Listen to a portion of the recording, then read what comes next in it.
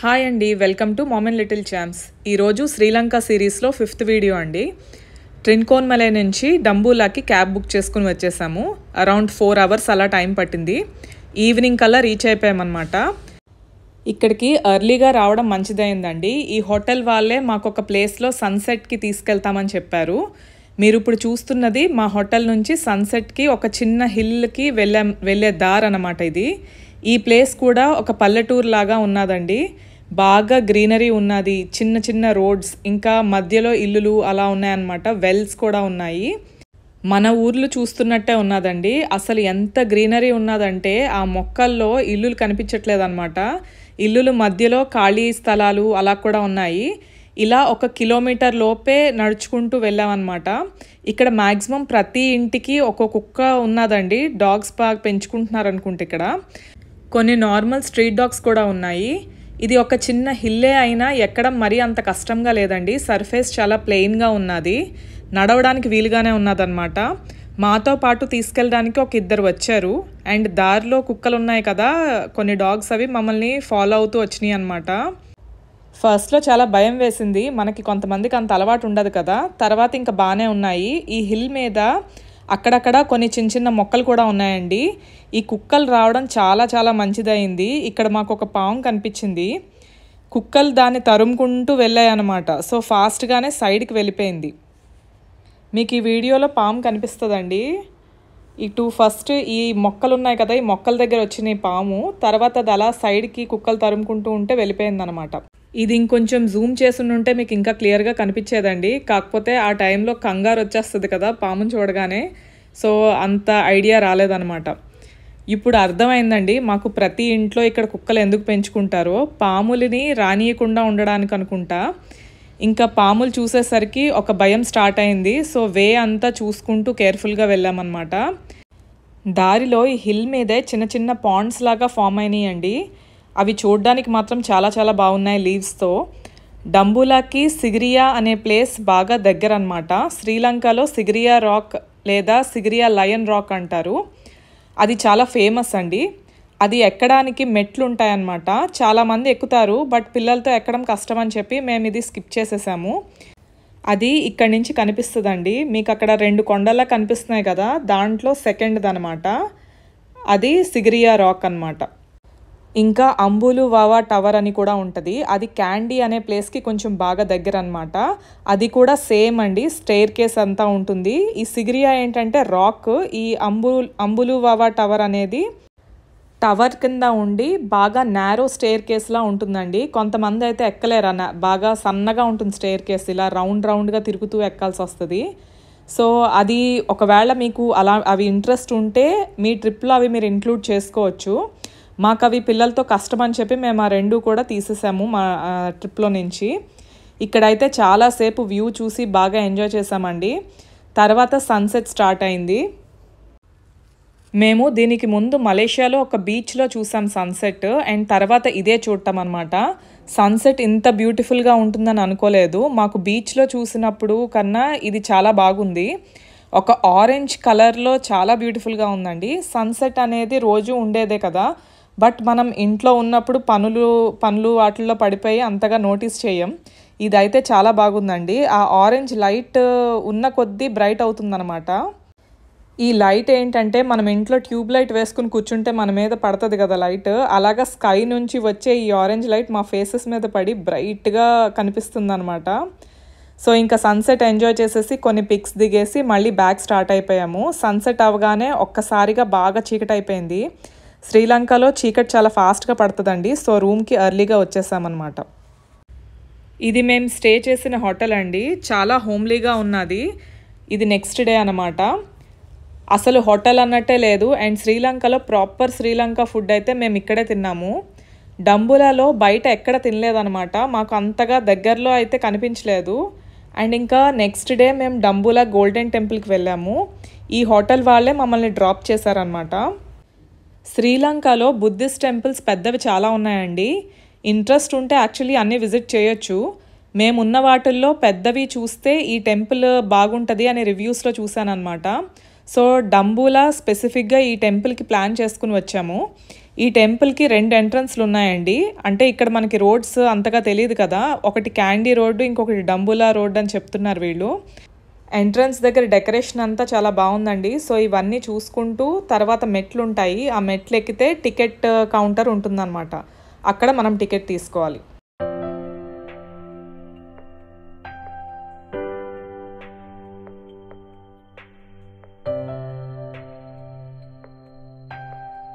ఇక్కడ కిడ్స్కి టికెట్స్ లేవండి, జస్ట్ అడల్ట్స్ ఇద్దరికి తీసుకున్నారు. టికెట్ ఒక్కొక్కటి 2000 శ్రీలంకన్ రూపీస్ అయింది. టికెట్స్ దగ్గర ఇలా ఎంట్రన్స్ టికెట్స్ దగ్గర మాత్రం శ్రీలంకన్ రూపీస్ తీసుకుంటారండి, మరి ఇండియన్ రూపీస్ తీసుకుంటారో లేదో ఐడియా లేదు. ఈ టెంపుల్కి కూడా మెట్లే ఎక్కి వెళ్ళాలండి, బట్ ఇవి నేను చెప్పిన వేరే ప్లేసెస్ ఉన్నాయి కదా, వాటన్ని మెట్లు కాదు. ఇక్కడ కూడా అంతేనండి, చుట్టూ మొక్కలు అంతా ఉంటుంది అండ్ మెట్లు ఎక్కే కొద్దీ మనకి సైడ్ అంతా వ్యూ చాలా బాగుంటుంది, చుట్టుపక్కల ఉన్న హిల్స్ అన్నీ కనిపిస్తాయన్నమాట. సో అక్కడ ఫొటోస్ దిగుతూ నెమ్మదిగా మెట్లన్నీ ఎక్కేసాము. దారిలో యాక్చువల్లీ పీకాక్ చేసే సౌండ్స్ ఒకటి బాగా వినిపిస్తాయండి, బట్ మాకు పీకాక్స్ అయితే ఇక్కడ ఏం కనిపించలేదు. నాకు తెలిసి ఈ చెట్లు అవి చాలా ఉన్నాయని చెప్పాను కదా, వాటిల్లో ఏమైనా ఉండుంటాయి.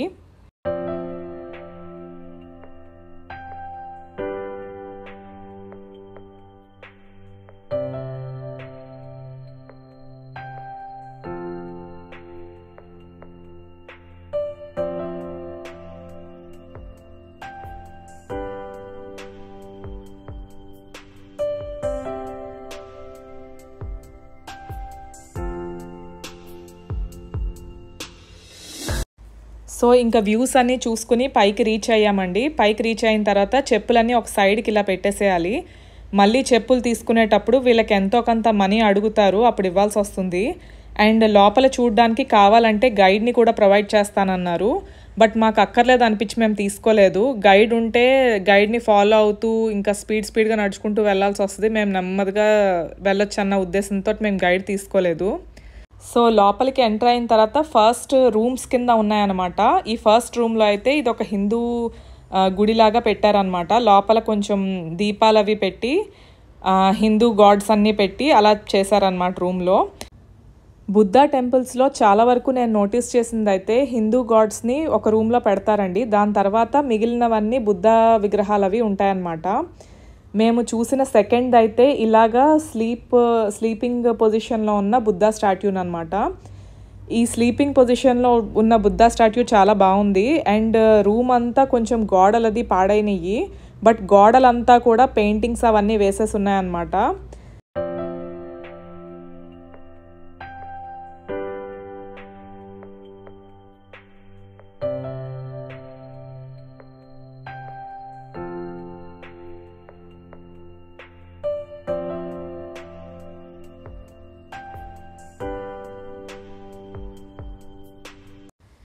ఇది రూమ్లో నుంచి బయటకు వచ్చేస్తే టెంపుల్ ఓవరాల్గా ఈ టైప్లో ఉంటుందన్నమాట.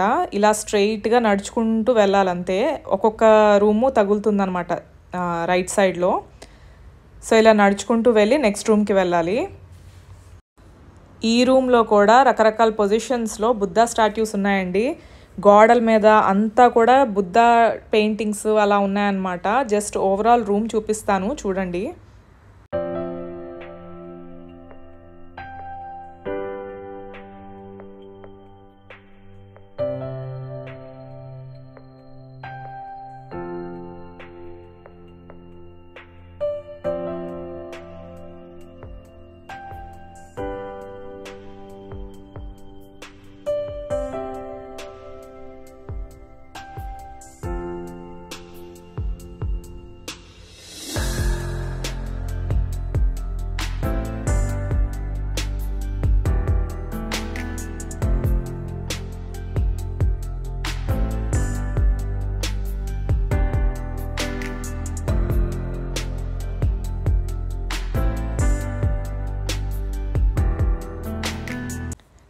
ఈ రూమ్ అంతా చూసేసాక బయటకు వస్తే ఇలా ఒక పాండ్ ఉందన్నమాట. ఈ పాండ్ దగ్గరే పక్కన కూర్చుని ఉన్నాము.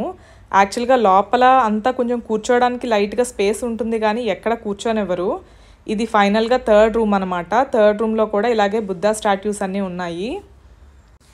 వీళ్ళకి ఆరతి టైమ్స్ అలా ఉంటాయండి. ఆ టైంలో అగరబత్తులు అలాంటివి వెలిగించి ఈ ఒక్కొక్క రూమ్లోనూ కొన్ని కింద పెడతారనమాట.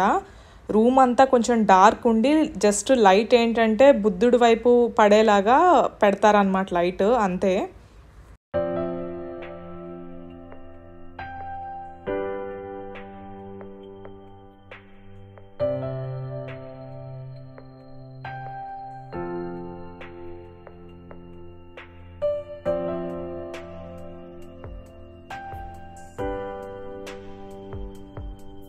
ఓవరాల్గా ఈ ప్లేస్లో ఒక 4 రూమ్స్ ఉన్నాయండి. ఈ 4 రూమ్స్ చూసేసాము.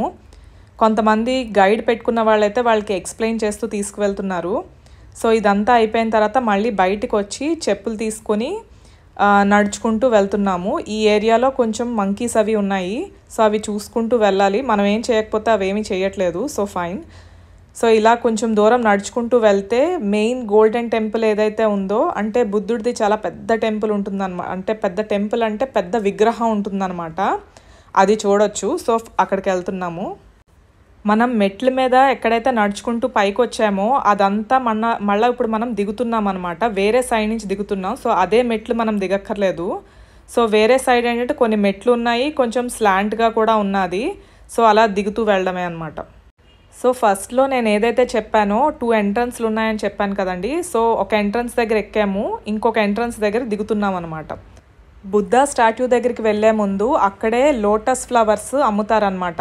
ఇక్కడనే కాదు వేరే ప్లేసెస్లో కూడా బుద్ధ స్టాట్యూస్ దగ్గరికి వెళ్ళడానికి ముందు యూజువల్గా లోటస్ ఫ్లవర్స్ అమ్ముతారు. కావాలనుకుంటే మనం అవి తీసుకుని అప్పుడు బుద్ధుడి దగ్గర పెడతారనమాట అవి ప్రే చేయడానికి.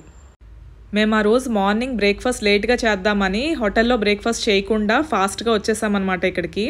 ఎందుకంటే మాకు ఈ టెంపుల్ ఎంత టైం పడుతుందో ఐడియా లేదు. సో టెంపుల్ అంతా మేము ఫినిష్ చేసుకుని తర్వాత ఈవినింగ్ కల్లా మేము మళ్ళీ క్యాండీ వెళ్ళాలన్నమాట. సో ఇదంతా ఫినిష్ చేద్దామని చెప్పి ఫాస్ట్గా వచ్చేసాము. అండ్ ఇప్పటికి చాలా దూరం నడిచాం కదా, అందుకని ఇక్కడ సైడ్ బెంచెస్ ఉంటే కాసేపు రెస్ట్ తీసుకున్నాము. ఈ బెంచెస్ దగ్గర కూర్చున్నప్పుడు నోటీస్ చేశాను అనమాట, ఇలా చాలా స్టాట్యూస్ ఉన్నాయి. పెద్ద విగ్రహం ఉంది కదా గోల్డెన్ కలర్లో, ఆ బుద్ధుడి దగ్గరికి వీళ్ళందరూ వెళ్తున్నట్టు ఒక లైన్లో అందరూ నించుంటూ కనిపించారనమాట. అవన్నీ చిన్న విగ్రహాలు. ఇది కూడా చాలా బాగుందని క్యాప్చర్ చేశాను. సో కాసేపు ఇక్కడ రెస్ట్ తీసుకుని కొన్ని బిస్కెట్స్ అలా మేము స్నాక్స్ క్యారీ చేస్తున్నాం ఎక్కడికి వెళ్ళినా, ఎందుకంటే కిడ్స్ ఉన్నారు కదా. సో వాళ్ళ కోసమని స్నాక్స్ క్యారీ చేసాం. సో అక్కడ కాసేపు తిని దాని తర్వాత ఇలా మెట్లెక్కి పైకి వెళ్ళాలన్నమాట. గోల్డెన్ బుద్ధ స్టాట్యూ దగ్గరికి వెళ్ళిపోతాం అనమాట.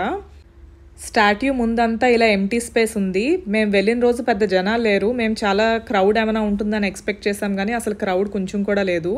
ఇది 100 feet స్టాట్యూ అంటండి. సో స్టాట్యూ గురించి అంతా రాశారు ఇక్కడ. ఒక సైడ్ ఇంగ్లీష్లో, ఇంకొక సైడ్ వాళ్ళ లాంగ్వేజ్లో రాశారు. ఇదే ఆ స్టాట్యూ.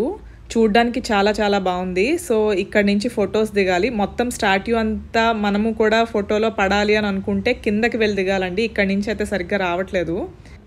ఆ రోజు బాగా ఎండగా ఉండడం వలన మరి ఎక్కువ టైం స్పెండ్ చేయకుండా ఆ స్టాట్యూ దగ్గర కాసేపు చూసేసి తర్వాత కిందకి మళ్ళీ నడుచుకుని వచ్చేసాం.